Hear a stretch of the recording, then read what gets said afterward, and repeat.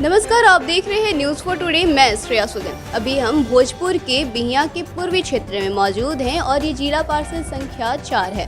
यहाँ पर एक प्रतिनिधि खड़ी हो रही हैं, निधि ओझा जी। इनसे हम बात करने आए हैं कि इनके क्षेत्र में क्या हालत है और ये किन मुद्दों पर खड़ी हो रही हैं। तो निधि जी, सबसे पहले आपका स्वागत है हमारे चैनल में। जी शुक्रिया। जी, आप अभी चुनावी मैदान में उतर चुकी हैं, नॉमिनेशन भी हो चुका है। तो अब आप ये पहले बता दीजिए कि आपके क्षेत्र की हालत क्या है। हालत तो देखिए, जहाँ तक मैं जान पाई हूँ या समझ पाई हूँ, जितना मेरे जनप्रतिनिधि मुझे बता पाए हैं, किसी गांव में रोड को भी मुख्य द्वार से नहीं जोड़ा गया है। बहुत सारी ऐसी सड़कें हैं जिन्हें मुख्य द्वार से नहीं जोड़ा गया है, या फिर कहीं नाली वाली का पानी भी जो है वो रह गया है, नाली वाली भी जहाँ पे नहीं बन पाया है। तो मेरा पहला विकास का मुद्दा यही होगा कि जिस गाँव में भी ऐसी समस्याएँ हैं, मैं उन्हें ठीक कर पाऊँ। मतलब सड़क और नाली पे पहला फोकस रहेगा आपका। अच्छा, जब सड़क और नाली का काम है, आप उसको समझ रही हैं अच्छे से, तो एक दूसरा बात आता है कि यहाँ पर आप महिला हैं, तो महिलाओं की सुरक्षा पर ही बात कर लेते हैं। तो यहाँ पे महिलाएं कितनी सुरक्षित हैं? देखिए, ये तो महिला कितनी सुरक्षित है, महिला कहीं भी नहीं सुरक्षित है। मान के चलिए, देख लिया जाए तो महिलाएं कहीं भी नहीं सुरक्षित हैं। सुरक्षा की बात ले ली जाए तो महिलाएं, मेरे ख्याल से नहीं लगता कि कहीं वो सुरक्षित हैं। रात के 10 बजे महिला कहीं जा ही नहीं सकती है। जब हमारी महिलाएं सुरक्षित नहीं हैं और आप महिला होकर खड़ी हो रही है अपने क्षेत्र में, तो आप काम कैसे कर पाएंगे? काम मेरे जो पीछे जनप्रतिनिधि हैं, चाहे मैं खुद हूँ, मैं इसी बात का मिसाल कायम करना चाहती हूँ कि महिला होते हुए किसी से डरना नहीं है। अपनी रक्षा अगर करनी है, हम अगर महिला हैं, हमें जो लगता है कि काम सही है तो उसे हमें अपने स्तर से करना चाहिए। अभी नवरात्रा भी चल रहा है और माँ दुर्गा की आराधना भी चल रही है सभी और महिलाओं की शक्ति माँ दुर्गा प्रतीक है उनकी।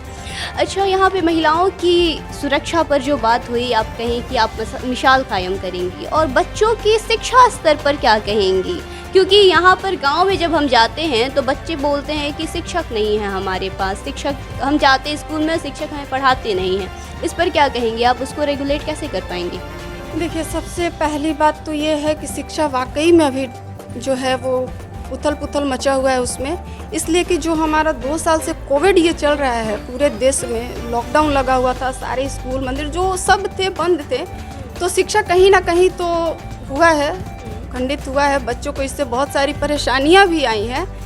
पर यही है कि जीतने के बाद जी बिहिया पूर्वी विभाग 4 की जनता अगर मुझे बताती है, और शिक्षा का तो हर विद्यालय, जितने भी प्राथमिकता विद्यालय हैं, उन सब में शिक्षकों पे कड़ी नज़र रखी जाएगी, वो आ रहे हैं या नहीं, वो बच्चों को ढंग से पढ़ा रहे हैं नहीं। क्योंकि अब तो लॉकडाउन है नहीं, अब तो लॉकडाउन है नहीं, सरकार के द्वारा आदेश आ चुका है कि आप विद्यालय खोल सकते हैं और बच्चों को ढंग से पढ़ा सकते हैं। तो इस पर भी मेरी कड़ी नज़र रहेगी। मतलब आप स्कूल को भी रेगुलेट करवाएंगी, अच्छी बात है। अच्छा, ये वर्तमान में स्थिति तो आप जो बता रही हैं ऐसी है, और आने वाले समय में जो आप जीत गई अगर, तो सबसे पहले क्या काम करने वाली हैं? इस पर एक बात ये बताइएगा कि रोजगार की सृजन के लिए आप क्या कर पाएंगे? रोजगार के सृजन के लिए तो देखिए, जीतने के बाद मैं बात करना सही समझूंगी। किसकी क्या समस्या है, किसकी क्या समस्या है, जीतने के बाद जब तक आप किसी भी क्षेत्र में किसी भी आदमी के पास नहीं जाइएगा, तब तक आपको पता ही नहीं चलेगा। तो मैं अभी तक नहीं गई हूँ। मेरे पिताजी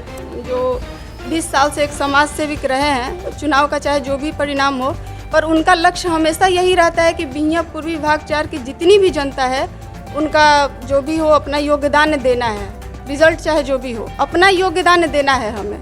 तो मेरे पिताजी जो बताए हैं उसके हिसाब से पता चला है कहीं कहीं कुछ रह गया है, तो उस पर काम करेंगे हम लोग अपना स्तर से।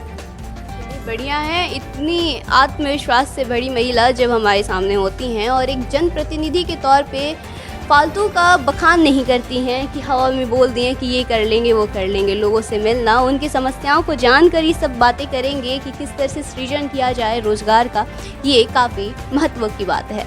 चलिए, ये सारी बातें तो हम इनसे जान लिए कि ये क्या आगे करना चाहती हैं और क्या समस्याएं हैं, इनसे भी ये रूबरू हैं।